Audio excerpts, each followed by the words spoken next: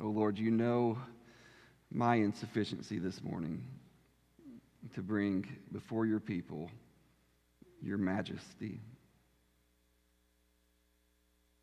Would you open our hearts and minds so that we can see you today? In Jesus' name, amen.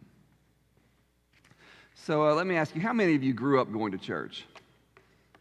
Show of hands. Most people in here grew up going to church. We have a broad variety of backgrounds represented. Are my girls saying they grew up going to church? Is that what we're laughing about over here? Okay, yes, they did. Maybe against their will sometimes, but they have. We have a broad variety of backgrounds, and that's something that we took on before we were even, many of us, most of us in here, before we were even able to think, maybe even able to verbalize things, we took on understanding church. And just like we know what a house is, like we know what a car is, we know what church is, and we know what worship is.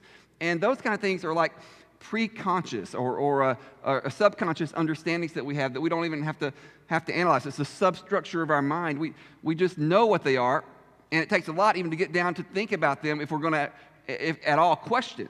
If we're going to ask any questions and say, well, is that really what it is? Because we gain certain understandings early on, and we just keep those through life. And some of you from a Catholic background, I know we have some of you in here, you've grown up thinking certain things, and some of you from a very low church Protestant background like my own, you've grown up thinking certain things. And probably most of the time, except for those of you who have left something behind, most of the time, what you've thought about worship has just gone unquestioned, at least largely, the general framework that you're operating in. And one thing you may not have ever thought about, and I'll just ask you if you have right now, have you ever thought that the way you worship, and the way you've grown up worshiping, has formed you as a person? In other words, it's not just what you've done for God. It's not just what you've done because this was a religious obligation or even because it was a good thing to do because God said to do it. But have you ever thought that the way you're living your life may be to some extent and perhaps a great extent because of your worship? And I want to say to you that that's one of the things that's going on. I've said this to you before. I hope you've thought it before, actually, because I did preach a sermon about this a few months ago. Maybe you don't remember that. But this is a follow-up on that. We've been talking now about the formation of the church, teaching and training the church. We've talked about why the Bible's important, why Christian theology is important, basic doctrines. I appreciated Brother Terry having us say the Nicene Creed today. And we've talked about understanding the gospel being important. These things are foundational for us, and worship is also foundational for us in forming us as people. And you might just stop and ask yourself, what is it that you were formed in? How was your heart formed in your early days of worship? I was talking to Olivia about this last night in bed, just the way we came up in similar traditions, as many of you did. And we were talking about the ways we were formed. And there were some good things about the way we were formed. For one thing, we learned to take the Bible very seriously and to think that the Bible was really important. We learned that assembling regularly and worshiping regularly is very important. I've been in discipleship groups with people before, and one of the spiritual disciplines that we hold each other accountable to, this is for people not from my background, was to go to church on Sunday. And I've always laughed at that. We're like, what? Of course I go to church. I'm Church of Christ. We don't miss church on Sunday. That was my background. So certain things were good, but then we also developed certain bad understandings from the way we grew up. And both of us were thinking about it last night, just thinking we grew up thinking God was distant. We didn't have a sense of his presence in our worship assemblies, which I think is central to worship. We thought God was picky and difficult to please. And that was reflected in our worship. Of course, it's partially the teaching. It's partially the way we pray and the way we sing, the way we talk about things afterwards. It's a whole package deal. But it forms us. It shapes us. And then that shaped me into who I was as a teenager. And really, in some ways, I'm still recovering in my life from some of the things I learned. And worship was a part of that. I want to tell you that the way we worship, with our voices, with our minds, with our bodies, that is a part of our formation. It's why we take it very, very seriously here. My title for the sermon today may be a little bit off subject. I come up with these titles Victoria badgers me to get posters ready. So I have to give her these titles early. And I don't always know exactly if it's going to fit. So it's a little bit off. I'm just teasing Victoria. She does a great job. I don't always know if it's going to exactly fit, but it's related to what we're talking about today. We're talking about how worship forms us. And specifically, I'm going to emphasize today how understanding the holiness of God is formative for us in worship. There's a scripture in the Old Testament. Actually, it shows up multiple times in one way or another, I believe. And it's a simple statement. Many of you will recognize it. God tells his people, you shall be holy. But he also gives the reason for it. Because I am holy. And he forever establishes that our life of holiness is related to who he is. And it's so important for us to understand in a world that's so human-centered, and now a church that many times is human-centered, that we always start with who God is, and then we live out of that. And our worship takes us into who God is.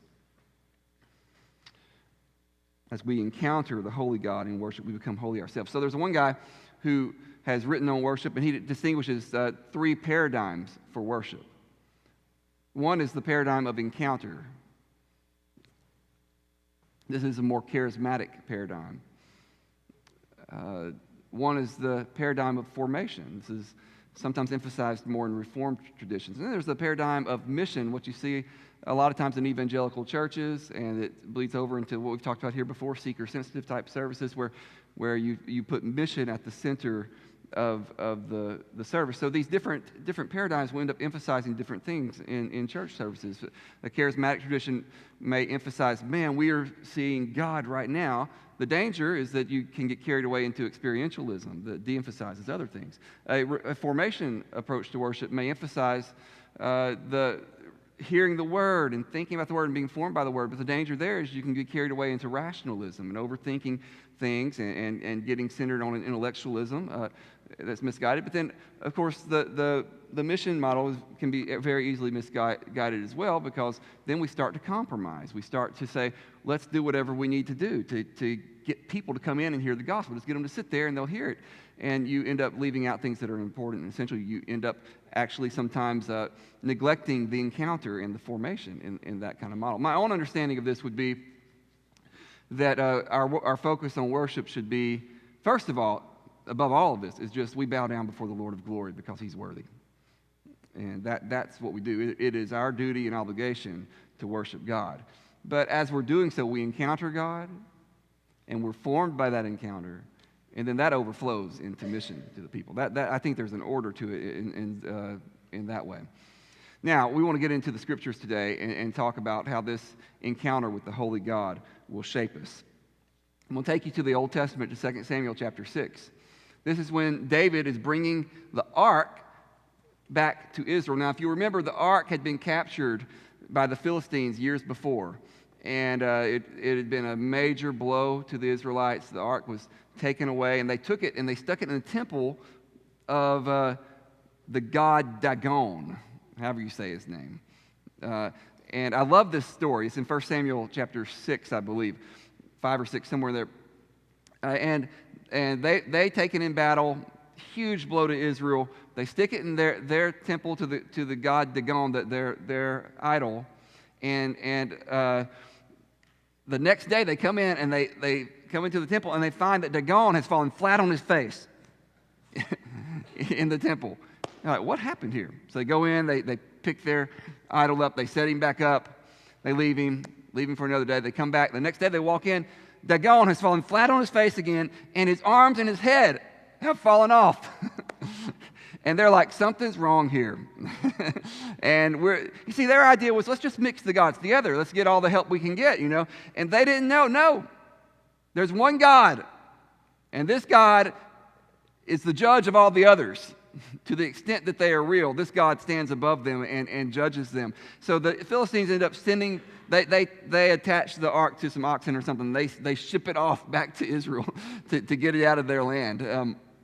You recognize this ark that means God is present. It was the central image for God's presence. It was, if you want to call it, in a sense, sacramental. God showed up there. He said his presence comes with that ark.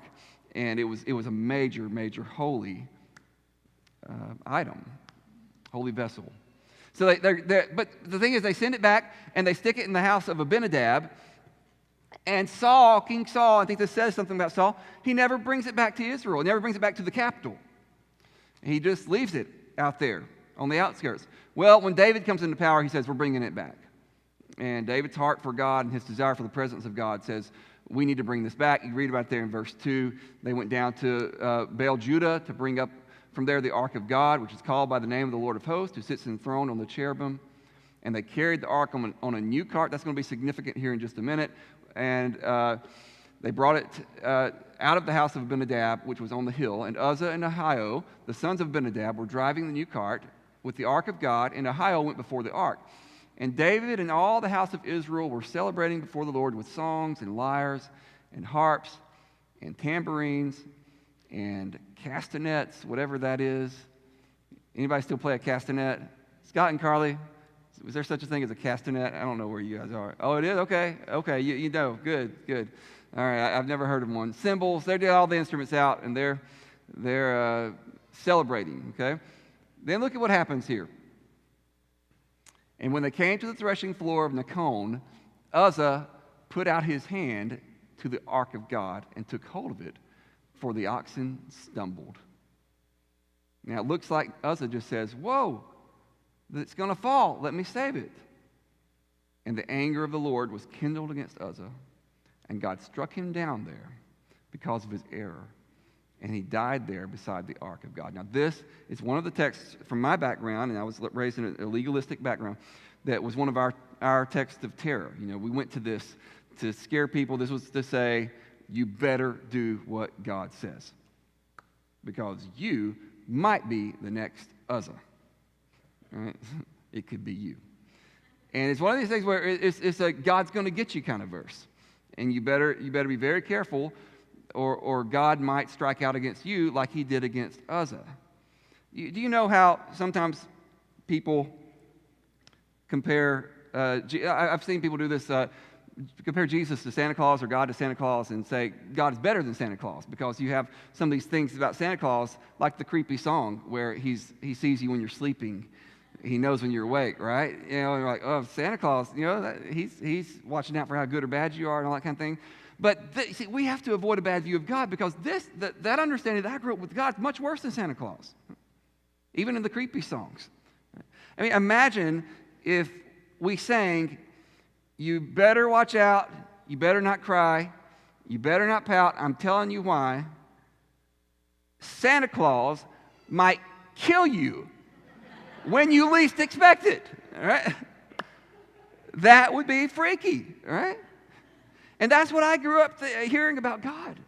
And by well-meaning people, I don't mean to condemn them, but this is the story, one of the main stories where we said these things about God. And it was really a bad view of God. I want to show you why the way we've understood that text, this is not about God randomly losing his temper and striking out at an innocent guy who was just trying to help. There's a lot more going on here than that in this text, and it tells us something about worship. But to appreciate what it is, we need to understand a little bit about what the Ark of the Covenant was. So here's a remake of the Ark of the Covenant. You may not be able to see it that well. You see that, I don't know if you can tell or not, but there are little rings on the side. They stuck the poles through there, and they would carry it. They weren't supposed to touch it. The Ark was sacred. You did not touch it. It communicated something about the power of God, and people needed to know that. You stayed away from it. They made it. It was sanctified and set apart, and you did not touch the ark. It was placed in the most holy place when they came to the tabernacle or temple, and the priest only went in there one time a year. This was to say, God is other than you. You do not know God. In one sense we do, but we don't ever come to some kind of exhaustive knowledge of God. He is so far beyond and above us. Do you know why the Israelites could not make an image of God? One of the first things God tells them to do is never try to make an image of me. Because we will inevitably end up taking away from the great majesty of God by trying to present some image of him. We cannot come close to his greatness, his glory, his grandness.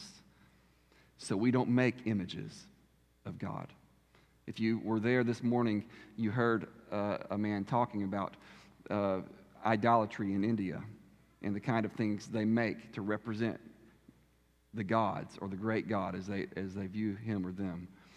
And you see the foolishness really that's attached to all of that. And God says, don't do that. Don't even try. You will mess it up. We don't have an image of God. He is beyond us. And what they have instead is this ark, and that's what's called the mercy seat. You read about the mercy seat? Right there, that's called the mercy seat, where these cherubim, these mighty angelic beings, bow down, they put their wings forward, and their heads go down, probably because they're not supposed to look up at the glorious Lord. And so these mighty angelic beings are there with their heads down. This is viewed as the seat of God. I love it, it's called the mercy seat, because that's our God. But they are representing the greatness of God right there. That's what the ark represented. There's another picture for you. It gets a little closer to the heads where you can see them, the heads bowed down and making a space for God, representing his presence. Of course, the heaven of the heavens cannot contain him, but it's making a space for him. And so we see what happens with Uzzah. This is not about God randomly targeting someone for an innocent mistake. This is about God protecting his great and holy name for the sake of the people who are being formed to think something about him that's going to be reflected in them as a people, and then go out. The intention for God all along is for this message about him to go into the whole world, for everybody to know it. And God is protecting his name when he says, you keep the representation of my presence holy. You keep it separate. And some people will say, but he was just trying to help. Why did he get struck down? He was just trying to help. Well, let me say a few things about that. Number one, I think the mistake may have already been in the way the people in charge, Uzzah maybe being one of them, he was a Levite, were viewing this ark. They had changed the way to transport it. And they had put it on a cart. And I can't help but wonder if this was a move away from reverence already. You know, they were supposed to carry it like on their shoulders, transporting a king or a queen on these poles, not touching it. Instead, they say, let's stick it on this ark. Don't stick it on the ark.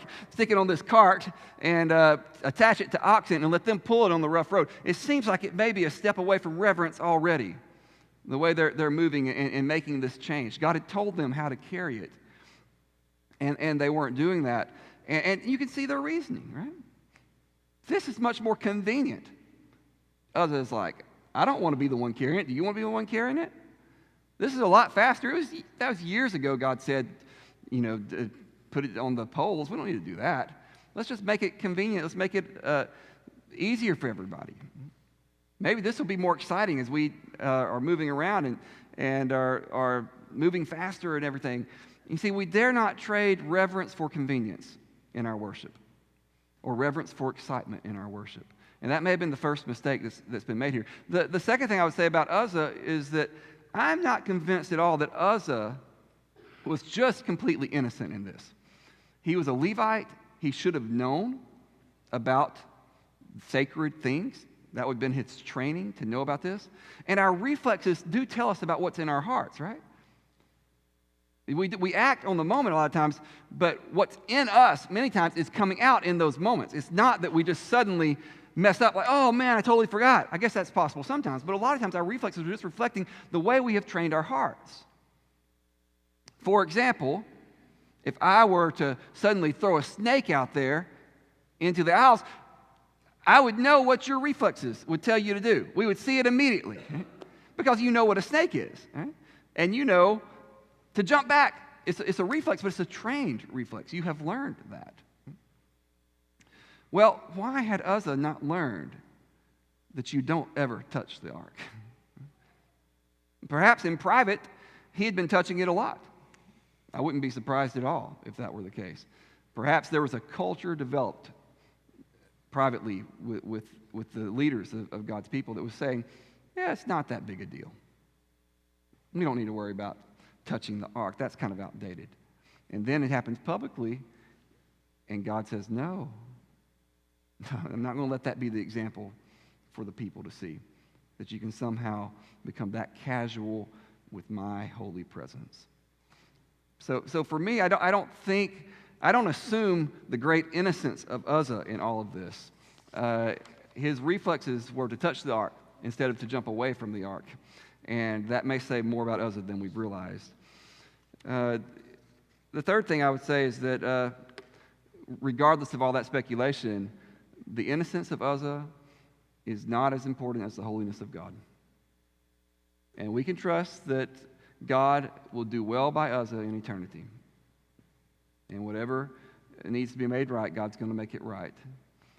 But Uzzah's innocence is not as important as the holiness of God. And that's a hard thing sometimes for us to say in a culture and in a church that's been so indoctrinated with a human-centered idea, human-centered religion. Everything runs through us. Everything functions on what the human's desires and pleasures are. And we are always pleasing the customer in our society. We've learned that that's the way the world works.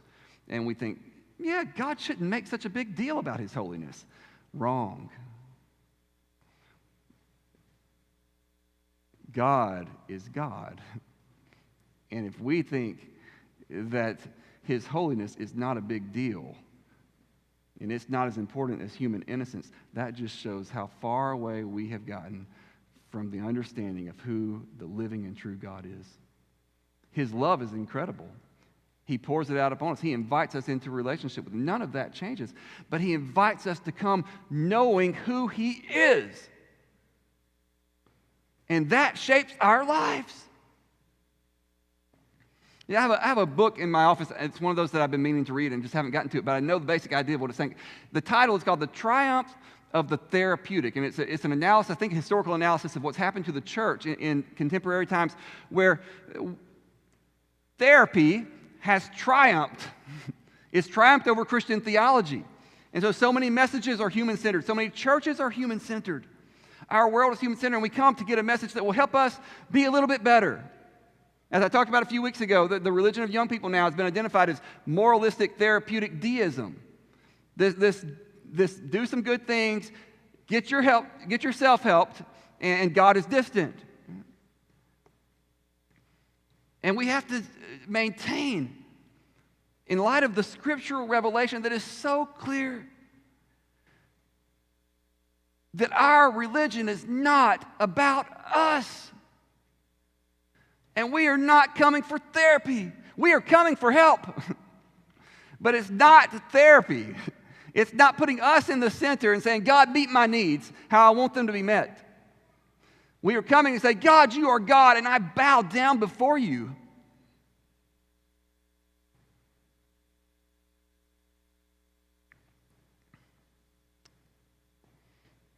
In this case, for Uzzah, securing the ark was more important than respecting the presence of God. And I think, in a way, that's what human-centered religion is. We need to do it in a way that helps us secure things. And we may think we're doing it for God even. Get people into church. How do we secure them? How do we make them stay? How do we make them like it? How do we make them happy? How do we meet their needs? Oh, they weren't getting their needs met. They're going to go somewhere else. And what we need to do is step back from that and say, how do we bow down before the Lord of glory? How do we recognize that he is God and that we are not? And let that reality infuse everything else.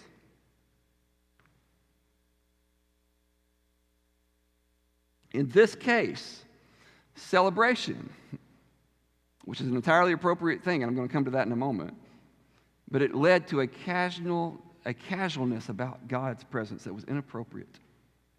It led to an over-familiarity with the only wise God. It led to a lack of appreciation for what it means to worship the Holy One of Israel. And things go astray when that happens. And suddenly they were reminded of whose presence they were in. There's a danger in our worship today, a very American danger, where we've lost a sense of respect for authority, we've lost a sense of an understanding of the sacred, we've lost a sense of what it means to be in the presence of spiritual realities at all. We've talked about these kind of things before here. There's a danger in this kind of setting that we gather for worship unaware of whose presence we are in.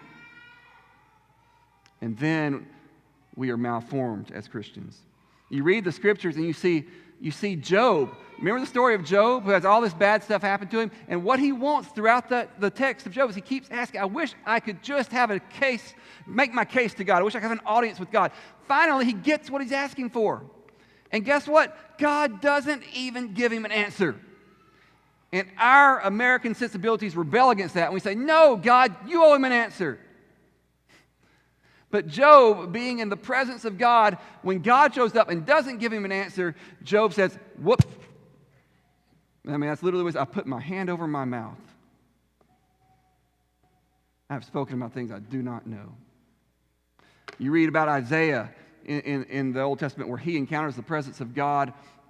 The angels are flying around, covering their eyes, covering their feet, not looking at the Holy One. And Isaiah is saying, whoa, woe is me.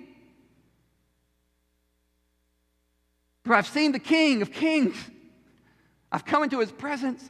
I'm in trouble. And that's what you find in the Old Testament. And multiple times, people are encountering God, and they're like, what?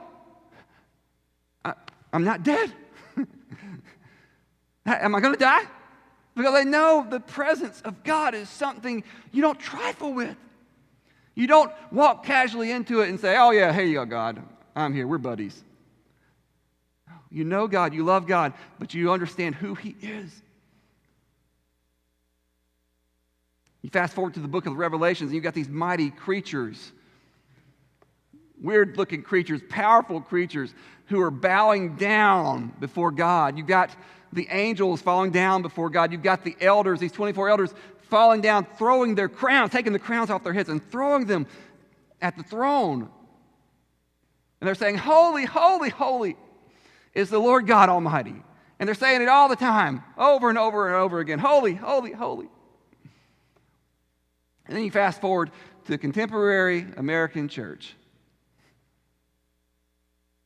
And we grab our cup of coffee, and we sidle in and sit down and say, show me a good time. Make me like it.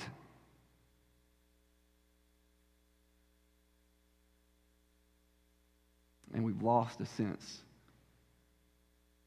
of the holiness of God in our worship assemblies. Many times. I'm not being accusing towards you. Maybe you have it very strongly. But many times we have lost that sense of holiness, a sense of reverent awe that should accompany our worship of God.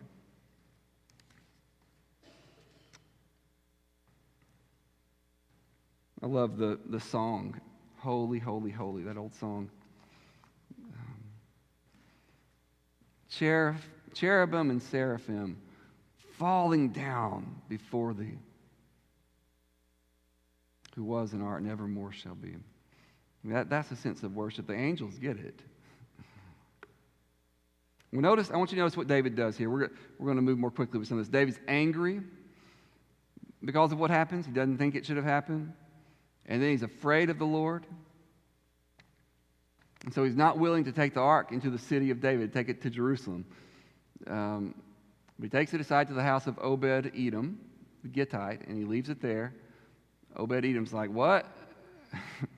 I mean, the king said keep it, so okay, I'll keep it. But then it turns out Obed-Edom gets blessed by the Lord because of his presence. And David sees this. Now, I just want to notice before I say that David's fear leads to an extreme action. He should have become aware of the importance of reverence, of awe before God. But instead, what David does is he gets mad and he gets afraid and he says, fine, leave the ark. And he starts thinking bad things about God. And he totally misunderstands. God's not a God who's looking to strike people down. He's not a God who's waiting to break out against people, even for disobedience, much less for innocent mistakes. This is not who God is. I mean, our God is revealed in Jesus. For that matter, Jesus Christ died for us. But David misunderstands in light of this occasion where God's power is shown and his judgment is shown upon Uzzah. And so he assumes that there's something bad about this. He's mad at God. And he says, get rid of the ark. Well, turns out if you send God's presence to somebody who's welcoming him and honoring him, God starts to bless that person.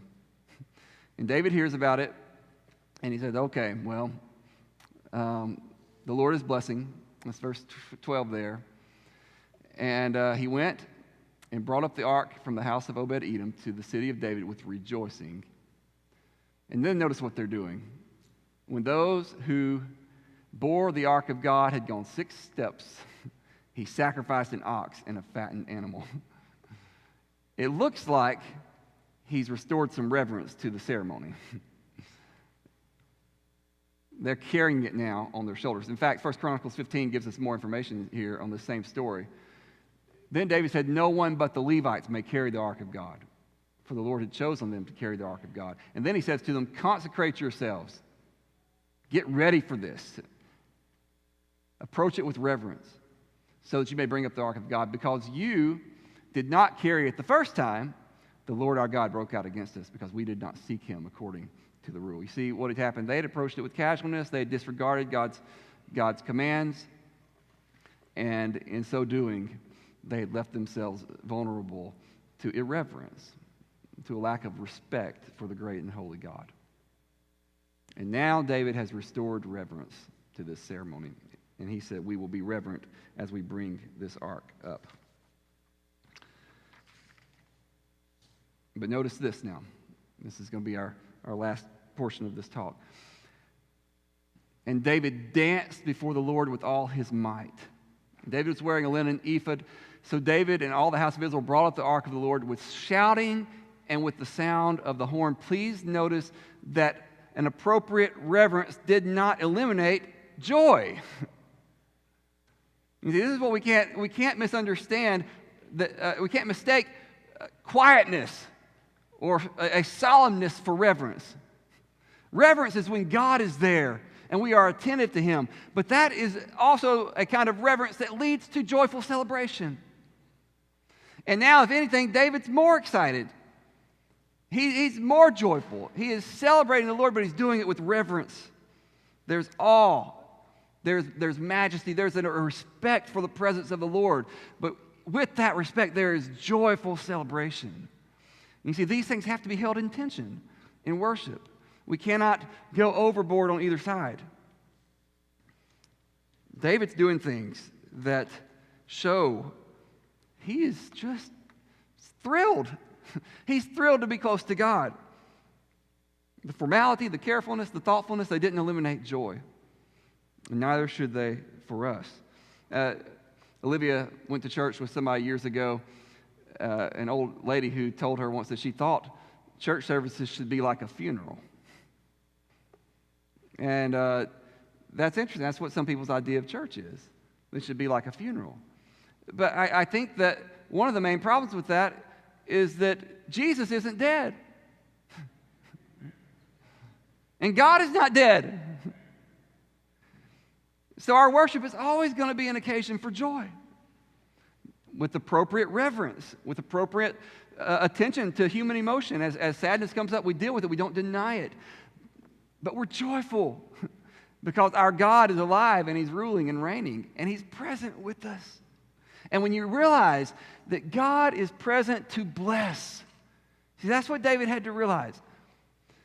This scary God, who can seem scary, this powerful God, the one whom none can contain, when you realize that God comes close to bless people, that's when you say, let's celebrate, let's rejoice. And I don't have all the answers for what this should look like. I don't think every expression is appropriate to every setting. I don't think we should be well, David danced like crazy, so I'm going to dance like crazy, and I don't care what anybody says. I don't think that's loving. The Apostle Paul talks about some of that in 1 Corinthians 14. When there's a lot of spiritual gifts and expressions going around, he said, no, pay attention to your brothers and sisters and make sure what's happening is orderly in a way that it edifies people. So there's got to be a balance to this. But I also think probably that if we're really in the presence of God and the joy of the Lord is present with us, probably it's going to stretch us some. Probably there's going to be some people who express themselves differently than others. I'm going to say this very carefully. My offspring, I don't want anyone to notice what I'm saying. My offspring gives this challenge to us sometimes with great expression. I'm saying this very subtly so that someone doesn't pick up on it, but you know what I'm saying. This great, joyful expression that we love, but it goes beyond us. And sometimes we wonder, is that okay? Right? It will probably stretch us sometimes when we make room for people to be in the presence of God and to be joyful there. But we don't become casual just because we're joyful. We don't become over-familiar. Theologians talk about these two ideas about God, His immanence and His transcendence. That is to say, He's incredibly close. He's there, in a sense, at the ark. But He's also so far above us, we can never say we've figured Him out. Now we've got it. The best we can do is like get the arrow pointing the right direction and say, okay, there's God. Billions of miles of knowledge that way. But we're moving towards that God who's been revealed to us in Christ. And in light of that, we have joy and reverence, joyful reverence, reverent joy, and this forms us. Thomas Aquinas was one of the smartest men who's ever lived, probably, one of the smartest theologians in Christian history. And towards the end of his life, he had an experience of God, written bukus of stuff that shaped the world, really. He had an experience of God towards the end of his life, and he came out of that experience, and he said, all my writing is straw. And some Thomas critics came along and said, you see, oh yeah, it's just straw. Don't worry about it. But at least the way it was taught to me, that's not what Thomas meant. What he meant was, in comparison to getting in touch with the actual presence of God, to experiencing Him, all I've written could just be burned up in a second. See, when we realize that that's who we're dealing with, we understand that our first obligation is to bow down before Him. It's not to enjoy ourselves. It's not to keep people happy, although worship will become a great joy to us as we learn it. Our first duty that becomes our great joy is to bow down before this Lord of glory, this Lord of heaven and earth, to be reverent in awe before Him. And we are formed then as people who know the holy God. And I want to invite you today as we come to the table to not take it for granted whose presence you're in, who is the one who has invited you to touch and to taste Him. I want you to pay attention, if you would, to the words of the song we're going to have playing in the Lord's Supper, where we consider the holiness of God together. Would the praise team come on up, please?